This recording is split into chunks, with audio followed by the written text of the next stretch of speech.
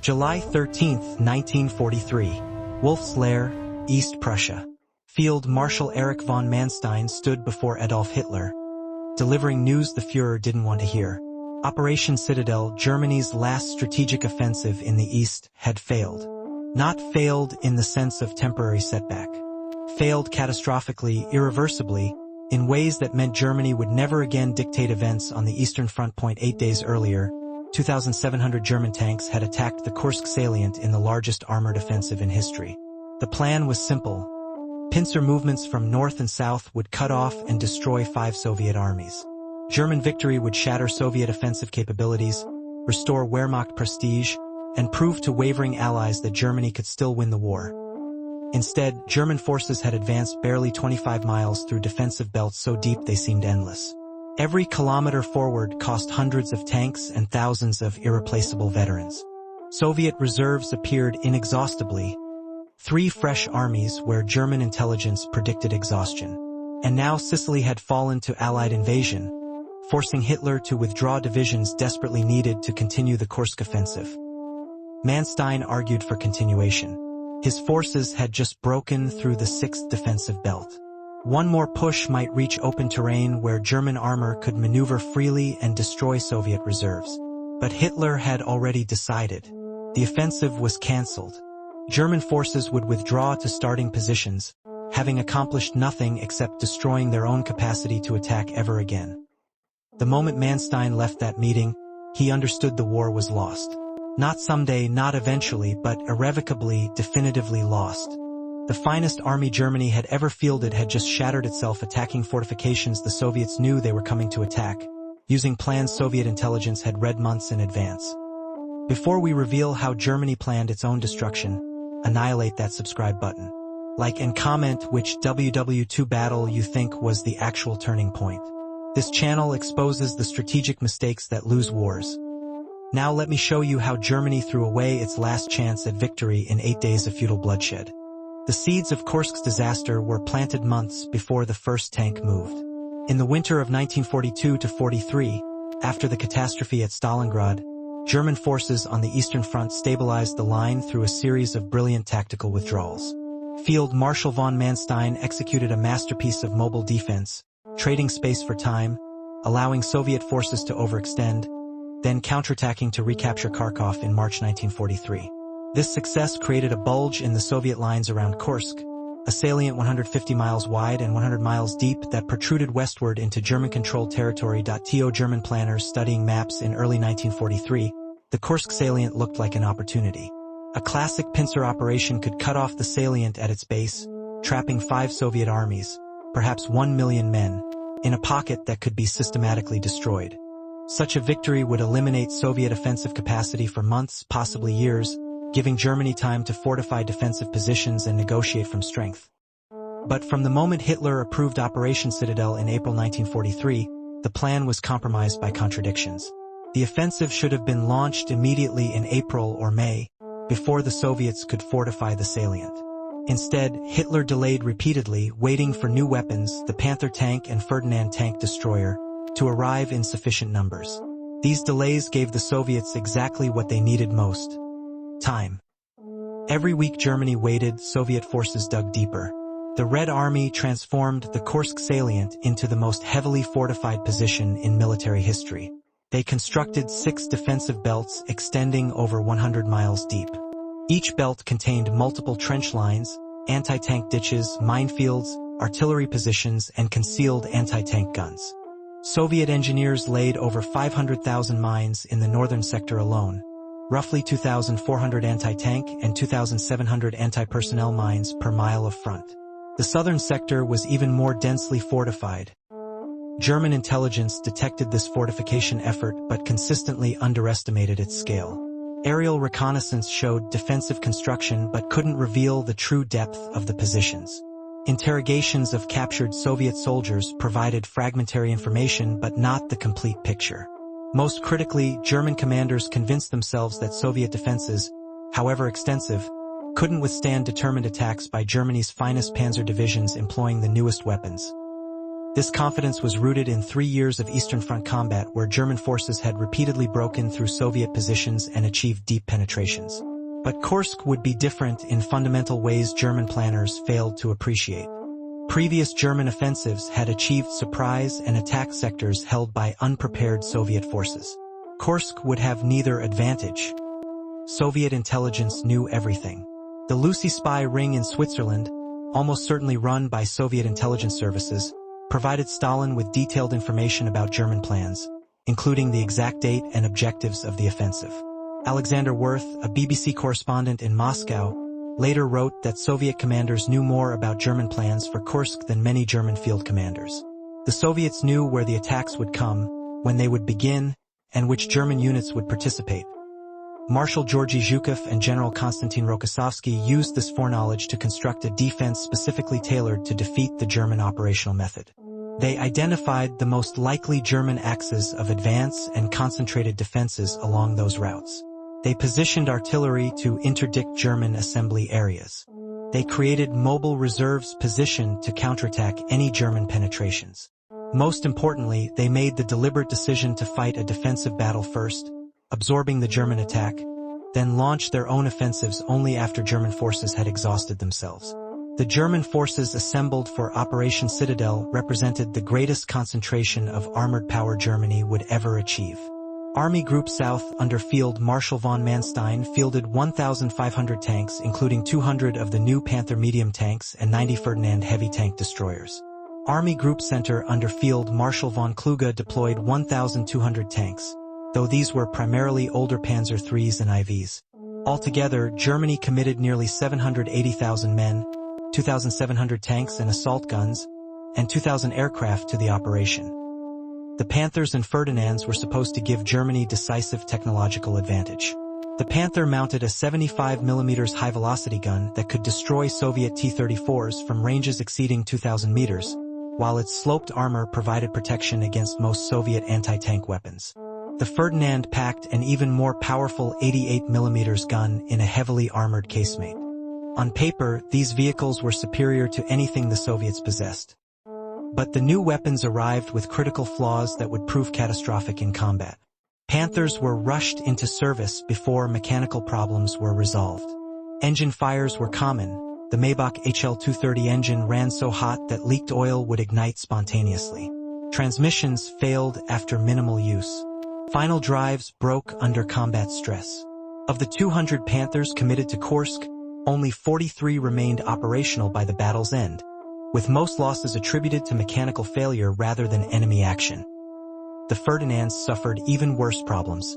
Designed purely as long-range tank destroyers, they lacked machine guns for close defense and had such limited traverse that they couldn't engage targets at close range. Soviet infantry learned quickly that a Ferdinand was helpless once they closed to within 50 meters. More critically, the Ferdinand weighed 65 tons, far too heavy for the soft ground of the Russian steppe. The vehicles would bog down in mud, become stuck crossing anti-tank ditches, or break through bridges they were supposed to cross. These mechanical and design flaws wouldn't have mattered as much if German forces had achieved the rapid breakthrough that doctrine demanded. Blitzkrieg tactics relied on speed, penetrating quickly through weak points, exploiting breakthroughs before defenders could react. But at Kursk, speed was impossible. The Soviet defensive belts were too deep, too well prepared, and too intelligently constructed to allow rapid penetration. The offensive began at 4:30 a.m. on July 5, 1943. In the north, General Model's 9th Army attacked with 590 tanks into positions held by Soviet Central Front under General Rokossovsky. The Germans advanced barely 6 miles on the first day, suffering heavy losses to mines, pre-sighted artillery, and well-concealed anti-tank guns. By the second day, Model's forces were advancing meter by meter through defenses that seemed to regenerate overnight.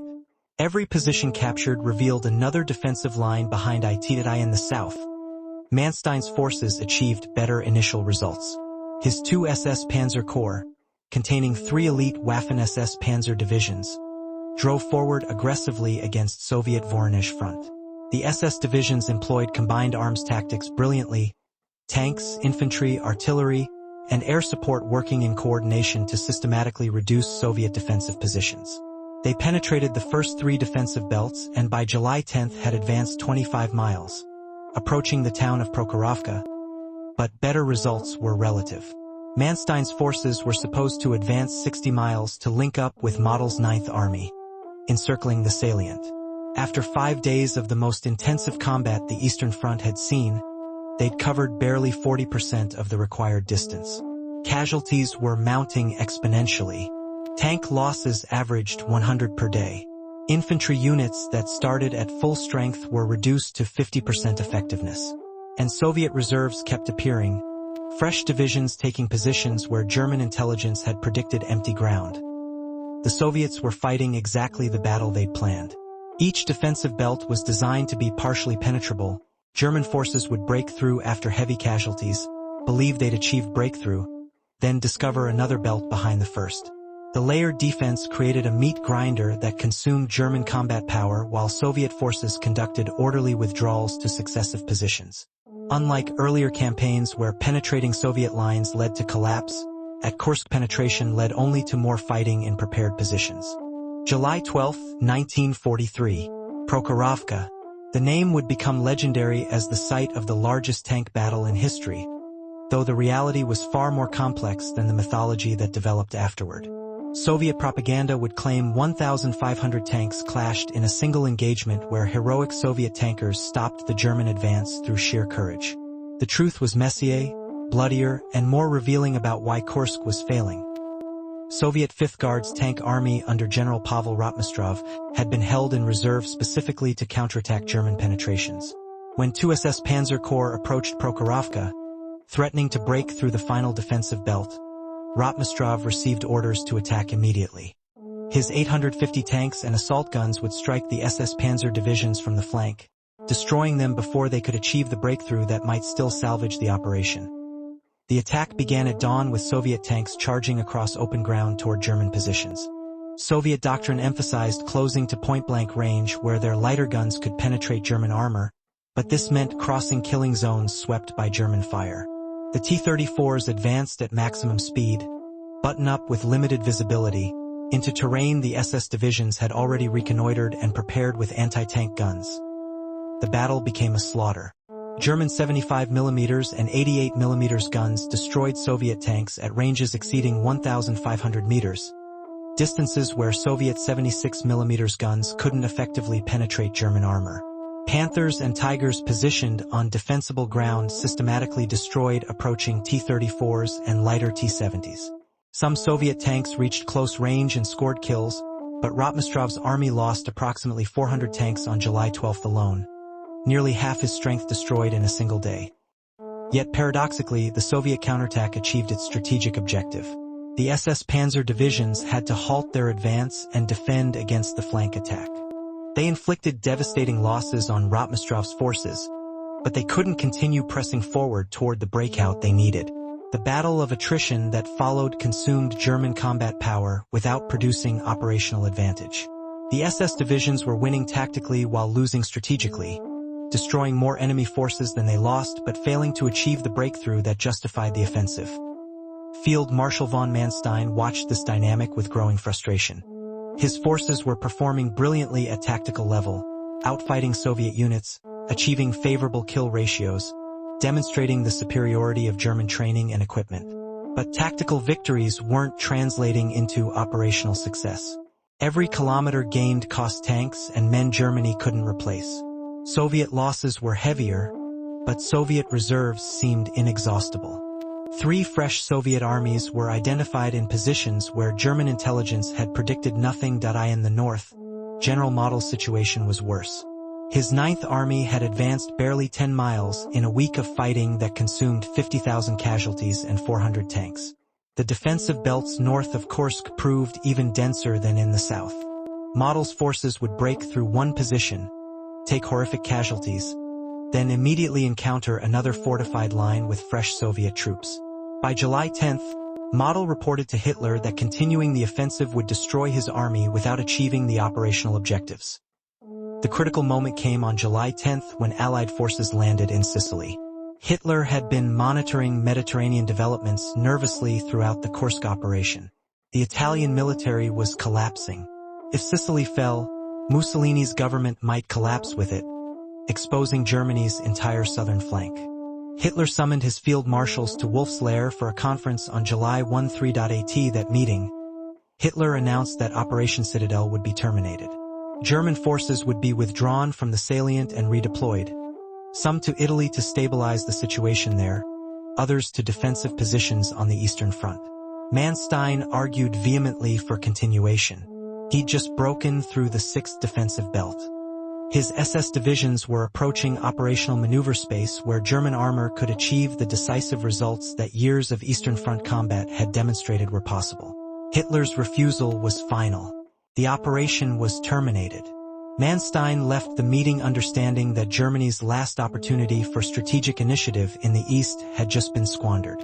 Not because German forces had been defeated militarily, they'd performed extraordinarily well tactically, but because the strategic concept had been flawed from inception and the execution had been too slow to overcome those flaws. The cancellation revealed the fundamental contradiction at the heart of German strategy in 1943. Germany no longer possessed the resources for sustained offensive operations, yet Hitler couldn't accept a purely defensive posture. The Kursk offensive was supposed to demonstrate continued German offensive capability, while actually consuming the mobile reserves Germany needed for defensive operations. The contradiction was irresolvable, and Kursk proved it. The casualties told the story. Germany suffered approximately 200,000 casualties, killed, wounded, and missing, during 8 days of fighting. Tank and assault gun losses exceeded 760 vehicles, roughly 30% of the committed armor. Aircraft losses approached 500 planes. These figures, while subject to debate among historians, represent losses Germany could not afford.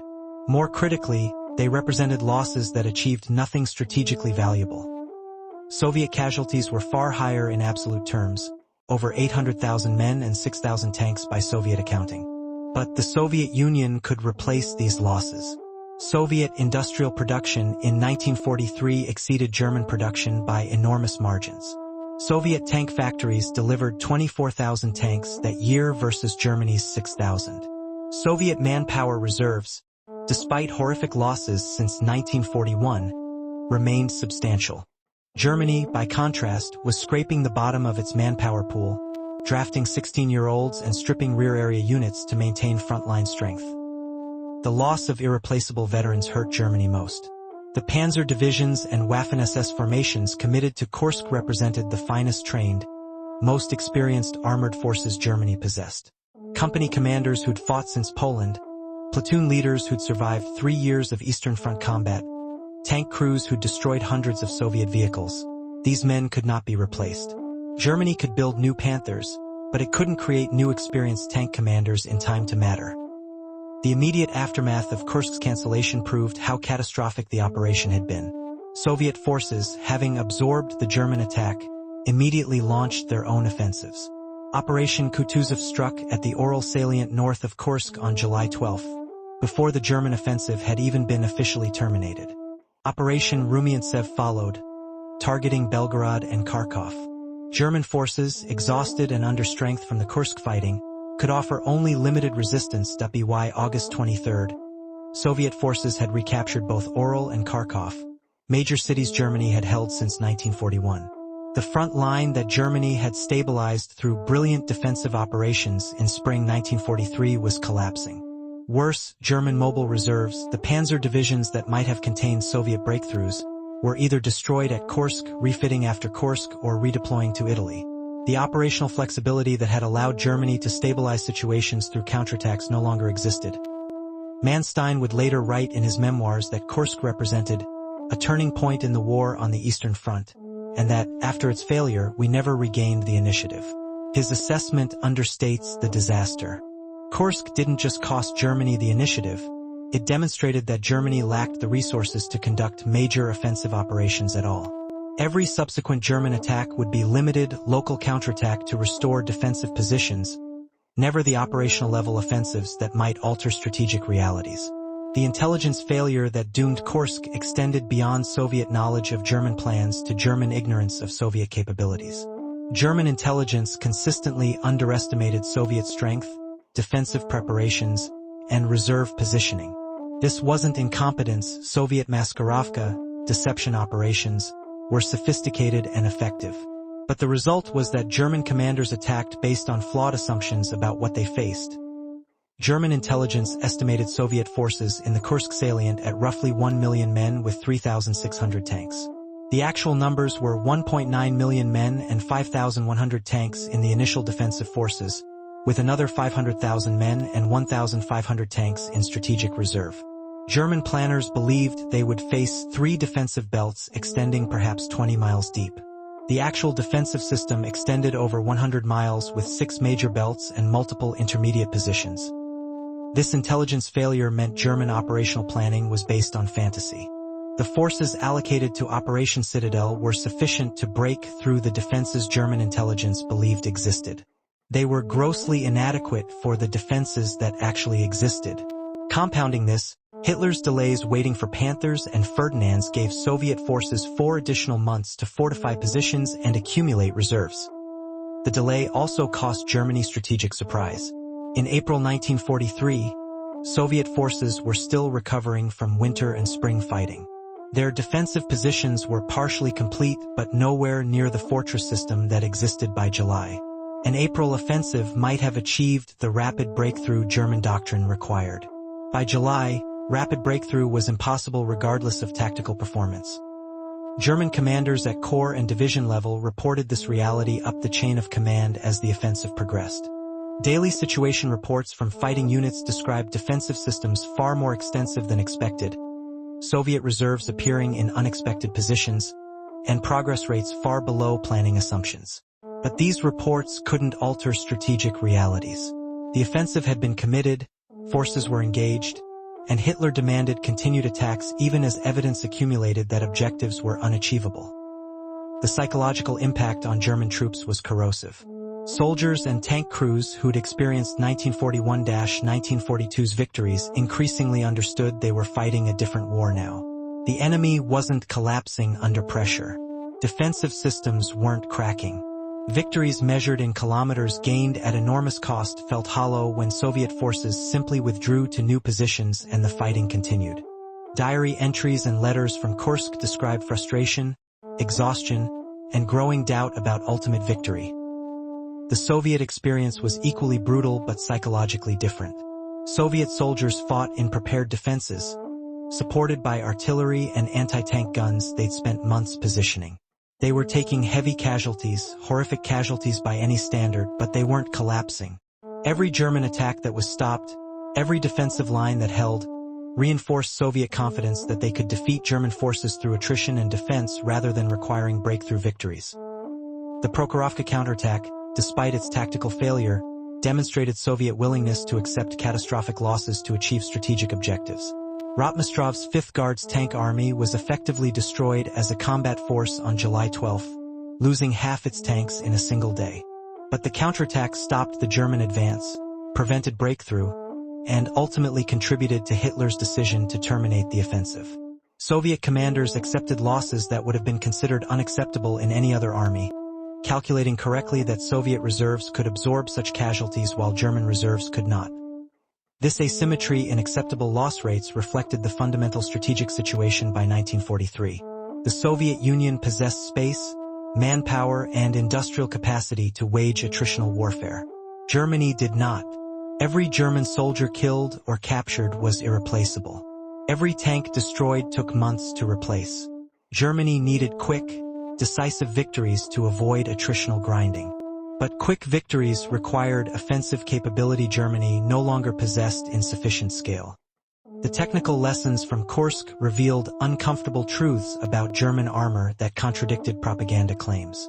The Panther tank, rushed into combat before mechanical issues were resolved, proved simultaneously superior and unreliable. Its 75mm gun could destroy T-34s at ranges where Soviet tanks couldn't return effective fire. Its sloped armor provided excellent protection. But the engine, transmission, and final drives failed constantly. Of 200 Panthers committed to Kursk, fewer than 50 remained operational by July 13th, with mechanical failures accounting for more losses than combat damage.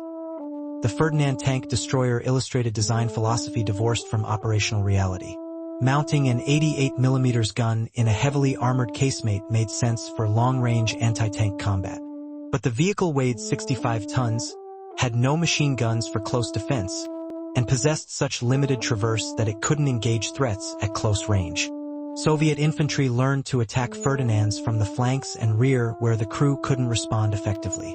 The vehicles that survived combat often succumbed to mechanical failure. The electrical transmission system proved fragile and the sheer weight exceeded what roads, bridges, and soft ground could support. These technical problems revealed a broader crisis in German armor development. Germany was building increasingly sophisticated weapons that required advanced manufacturing, extensive training, and careful maintenance. The Tiger and Panther were magnificent when properly maintained and employed. But proper maintenance required time Germany didn't have, and proper employment required experienced crews Germany was losing. Soviet tanks were simpler, cruder, and individually inferior. But they were easy to build in vast quantities, required minimal training to operate, and could be maintained by ordinary mechanics. The production figures tell the strategic story. Germany produced roughly 6,000 tanks and assault guns in 1943. The Soviet Union produced 24,000. Germany's vehicles were individually superior in most technical measures. But in attritional warfare, quantity becomes its own quality. Soviet forces could lose 4 tanks for every German tank destroyed and still win through numerical superiority that allowed them to eventually overwhelm defensive positions. The air battle over Kursk similarly revealed shifting balance.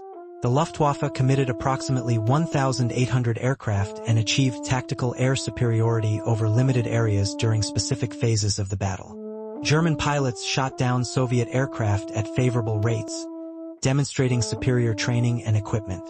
But the VVS, Soviet Air Force, had over 2,900 aircraft committed, could absorb losses Germany couldn't match, and learned throughout the battle. Every Soviet pilot who survived combat gained experience.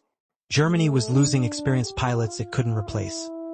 More importantly, Soviet air doctrine evolved during Kursk to emphasize ground attack over air-to-air combat. Il-2 Sturmovik ground attack aircraft saturated German assembly areas, supply routes, and breakthrough corridors with bombs, rockets, and cannon fire. The Luftwaffe could shoot down Sturmoviks in large numbers, but couldn't prevent them from attacking ground forces. The result was that German ground forces operated under constant air attack while Soviet forces received increasingly effective air support. The logistical challenge of sustaining Kursk revealed another fatal flaw in German planning. The offensive consumed enormous quantities of fuel and ammunition. German trucks struggled to deliver supplies over deteriorating roads to constantly moving frontline units. Soviet artillery, positioned in prepared positions with prepositioned ammunition, fired devastating barrages that interdicted German supply routes. The deeper German forces advanced, the more vulnerable their supply lines became and the harder it was to sustain offensive momentum. Soviet forces, conversely, fought from prepared positions with stockpiled supplies. Every kilometer German forces advanced brought them farther from their supply bases while Soviet forces withdrew toward theirs. The operational geometry favored the defense, something German planners had apparently not fully appreciated. Blitzkrieg doctrine assumed that rapid advance would disrupt enemy logistics faster than it strained German logistics. But at Kursk, rapid advance was impossible and Soviet logistics proved resilient. The political dimension of Kursk's failure extended beyond military consequences to undermine Germany's strategic position throughout Europe. Hitler had promised his allies, Hungary, Romania, Finland, and Italy, that Germany would achieve decisive victory in 1943 that would force Stalin to negotiate. Kursk was supposed to demonstrate that Germany retained offensive capability and could still win the Eastern Front war militarily. The operation's failure sent the opposite message. Germany was exhausted, Soviet strength was growing, and Germany's allies should consider their options. Italy's collapse followed directly from Kursk's failure. Mussolini had staked his regime's credibility on Germany's promise of ultimate victory. The Allied invasion of Sicily on July 10th came at the moment when German forces were locked in desperate fighting at Kursk. Hitler couldn't reinforce Italy without abandoning Kursk, but continuing Kursk meant Italy would fall. His decision to terminate Citadel and redeploy forces to Italy came too late. Mussolini was overthrown on July 25th, and Italy would sign an armistice with the Allies on September 8th, opening a new front Germany couldn't afford. Romania and Hungary watched Kursk's failure with growing alarm. Both nations had committed substantial forces to the Eastern Front, suffering horrific casualties in the Stalingrad campaign. They'd been promised that 1943 would be the year of German victory. Instead, they watched German forces fail to defeat Soviet armies in a battle where Germany held every advantage of position and preparation. Romanian and Hungarian leaders began secret contacts with the Allies, exploring options for switching sides before Soviet armies reached their borders. Finland, which had fought alongside Germany since 1941 to reclaim territory lost in the Winter War, concluded from Kursk that Germany couldn't win the Eastern Front War. President Ryti began negotiations for a separate peace with the Soviet Union, eventually achieved in September 1944. Finland's withdrawal from the war exposed Germany's northern flank and eliminated a threat that had tied down significant Soviet forces around Leningrad. Within Germany itself, Kursk's failure reinforced the judgment of military officers who believed Hitler's strategic direction was leading to disaster. The resistance movement that would culminate in the July 20, 1944 assassination attempt drew many participants from officers who'd witnessed Kursk firsthand. They'd seen Germany's finest forces wasted attacking prepared defenses when those forces were desperately needed for defensive operations. The waste of irreplaceable combat power for no strategic gain appeared to many as evidence that Hitler was either incompetent or insane. The Soviet Union, conversely, gained immense confidence from Kursk. Stalin and the Stavka, Soviet High Command, had planned the defensive operation, predicted German moves correctly, and watched their defenses absorb the best Germany could deliver. The victory validated Soviet operational planning and demonstrated that the Red Army had evolved from the disorganized force of 1941 into a sophisticated military capable of defeating German offensives through superior intelligence, preparation, and execution. This confidence translated into immediate operational action. Before German forces could even complete their withdrawal from the Kursk salient, Soviet forces launched Operation Kutuzov against the Oral salient and Operation Rumiantsev toward Kharkov. These weren't hasty counterattacks. They were planned operations that had been prepared in advance, waiting only for the German offensive to exhaust itself. The speed with which Soviet forces transitioned from defense to offense demonstrated operational sophistication German commanders had not expected. By August 23, Soviet forces had liberated Kharkov. The city Manstein had recaptured with such brilliance in March. The front line was now farther east than when Citadel began, and moving eastward daily. German forces, decimated by Kursk and lacking operational reserves, could conduct only delaying actions. The initiative had passed permanently to Soviet forces, who would maintain it for the remainder of the war. The political dimension of Kursk's failure extended beyond military consequences to undermine Germany's strategic position throughout Europe. Hitler had promised his allies, Hungary, Romania, Finland, and Italy, that Germany would achieve decisive victory in 1943 that would force Stalin to negotiate. Kursk was supposed to demonstrate that Germany retained offensive capability and could still win the Eastern Front War militarily. The operation's failure sent the opposite message. Germany was exhausted, Soviet strength was growing, and Germany's allies should consider their options. Italy's collapse followed directly from Kursk's failure. Mussolini had staked his regime's credibility on Germany's promise of ultimate victory. The Allied invasion of Sicily on July 10 came at the moment when German forces were locked in desperate fighting at Kursk. Hitler couldn't reinforce Italy without abandoning Kursk, but continuing Kursk meant Italy would fall. His decision to terminate Citadel and redeploy forces to Italy came too late. Mussolini was overthrown on July 25, and Italy would sign an armistice with the Allies on September 8, opening a new front Germany couldn't afford. Romania and Hungary watched Kursk's failure with growing alarm. Both nations had committed substantial forces to the Eastern Front, suffering horrific casualties in the Stalingrad campaign. They'd been promised that 1943 would be the year of German victory. Instead, they watched German forces fail to defeat Soviet armies in a battle where Germany held every advantage of position and preparation. Romanian and Hungarian leaders began secret contacts with the Allies, exploring options for switching sides before Soviet armies reached their borders. Finland, which had fought alongside Germany since 1941 to reclaim territory lost in the Winter War, concluded from Kursk that Germany couldn't win the Eastern Front War. President Reity began negotiations for a separate peace with the Soviet Union, eventually achieved in September 1944. Finland's withdrawal from the war exposed Germany's northern flank and eliminated a threat that had tied down significant Soviet forces around Leningrad. Within Germany itself, Kursk's failure reinforced the judgment of military officers who believed Hitler's strategic direction was leading to disaster. The resistance movement that would culminate in the July 20, 1944 assassination attempt drew many participants from officers who'd witnessed Kursk firsthand. They'd seen Germany's finest forces wasted attacking prepared defenses when those forces were desperately needed for defensive operations. The waste of irreplaceable combat power for no strategic gain appeared to many as evidence that Hitler was either incompetent or insane. The Soviet Union, conversely, gained immense confidence from Kursk. Stalin and the Stavka, Soviet High Command, had planned the defensive operation, predicted German moves correctly, and watched their defenses absorb the best Germany could deliver. The victory validated Soviet operational planning and demonstrated that the Red Army had evolved from the disorganized force of 1941 into a sophisticated military capable of defeating German offensives through superior intelligence, preparation, and execution. This confidence translated into immediate operational action. Before German forces could even complete their withdrawal from the Kursk salient, Soviet forces launched Operation Kutuzov against the Oral salient and Operation Rumiantsev toward Kharkov. These weren't hasty counterattacks. They were planned operations that had been prepared in advance, waiting only for the German offensive to exhaust itself. The speed with which Soviet forces transitioned from defense to offense demonstrated operational sophistication German commanders had not expected. By August 23, Soviet forces had liberated Kharkov.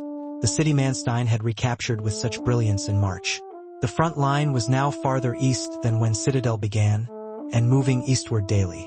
German forces, decimated by Kursk and lacking operational reserves, could conduct only delaying actions.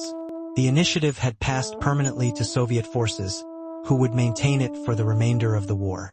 The long-term consequences of Kursk extended far beyond the immediate battlefield losses to shape the entire trajectory of the war's final 2 years. Germany had committed its last strategic reserve, the panzer divisions and mobile forces needed for flexible defense, to an offensive that achieved nothing. From July 1943 onward, German strategy on the Eastern Front became purely reactive, responding to Soviet initiatives rather than imposing German will through offensive action. The casualty arithmetic made future German offensives impossible. Germany lost roughly 200,000 men at Kursk, killed, wounded, and missing. These weren't rear-echelon troops or undertrained replacements. They were veterans from elite panzer divisions and Waffen-SS formations, men with years of combat experience who couldn't be replaced.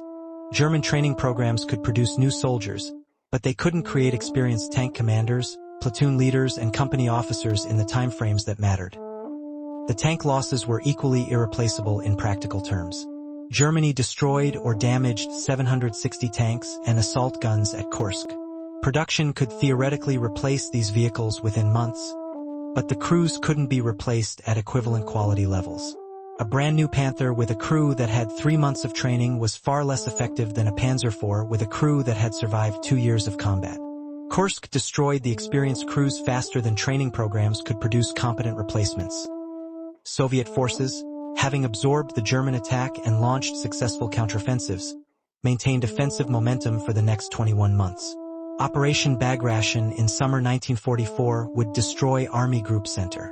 The Vistula-Oder offensive in January 1945 would carry Soviet forces to within 40 miles of Berlin. At no point after Kursk did German forces launch a major operational-level offensive on the Eastern Front. The Ardennes offensive in December 1944 demonstrated that Germany retained capability for surprise attacks, but it was launched in the West, not the East, precisely because the Eastern Front had become a defensive nightmare. The psychological impact on German soldiers manifested in declining morale and increasing defeatism. Troops who'd experienced the victories of 1941 to 1942 had believed in ultimate German triumph. Kursk taught them that numerical and material superiority mattered more than tactical skill or individual courage. Diary entries and letters from after Kursk describe exhaustion, fatalism, and growing conviction that Germany was fighting a war it couldn't win. This demoralization wouldn't cause immediate collapse. German forces would fight with desperate effectiveness for another 2 years, but it eroded the will to continue that had sustained armies through earlier crises. Soviet confidence grew proportionally.